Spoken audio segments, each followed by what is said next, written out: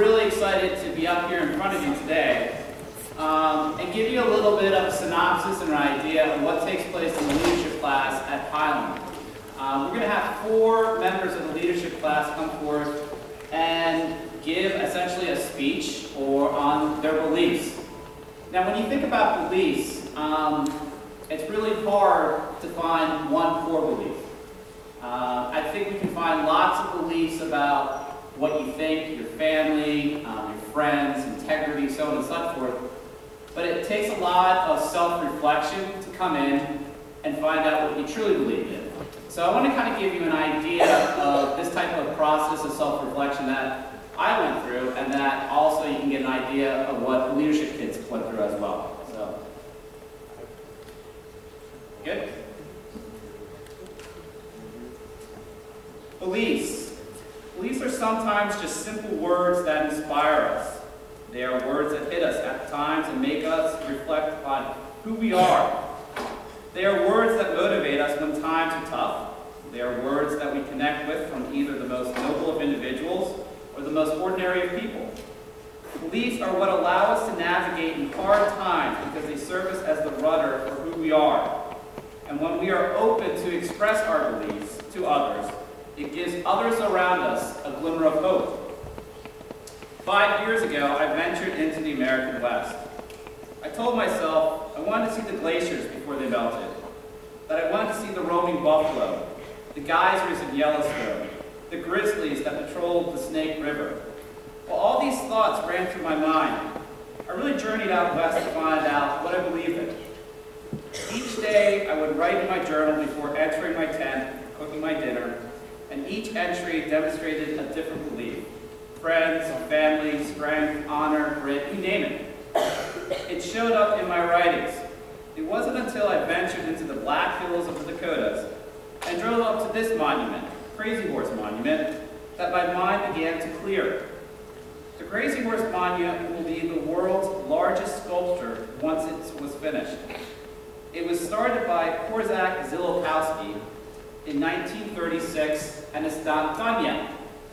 I want to give you a little bit of information about Crazy Horse.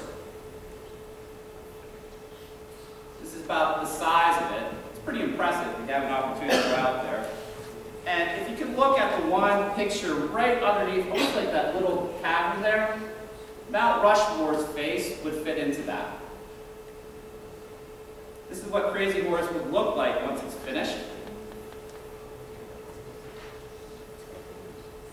And here's our man, Korczak. I want to give you a little bit of bio on him. He was born in Boston of Polish descent. Korczak was orphaned at age 1, grew up in a series of foster homes, and as a boy he was badly mistreated, but he learned to work very hard. He also gained heavy construction and other skills, helping his tough foster father. On his own, at age 16, he took jobs to put himself through the Rindge Technical School in Cambridge, and after which he became an apprentice pattern maker in the shipyards on the rough Boston waterfront.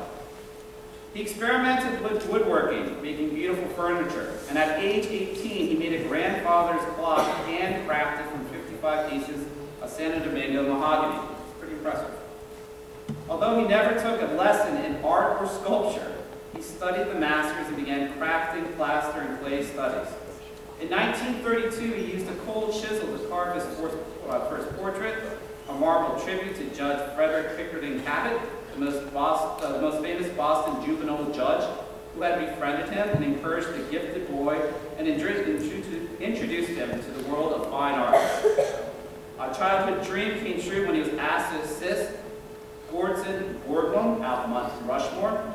The two sculptors became close friends during the summer of 1939, when Korczak was Mr. Borglum's assistant at Mount Rushmore. And at age 34, he volunteered for service in World War II. He landed on Omaha Beach and later was wounded.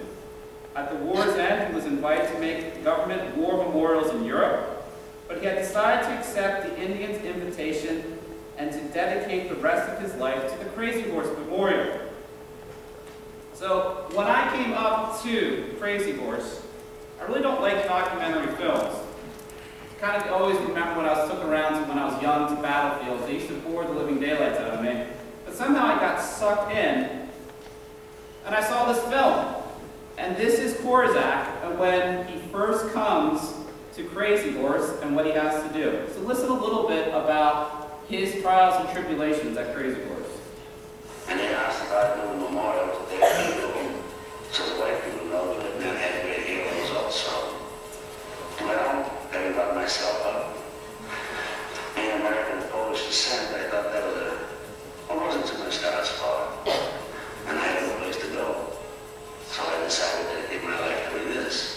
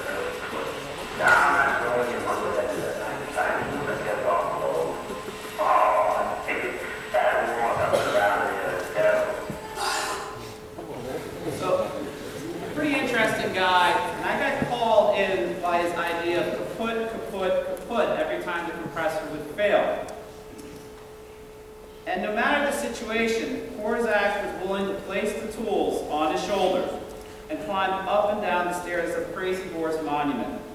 He was undeterred by the daunting situation of sculpting the image of Crazy Horse into the mountain.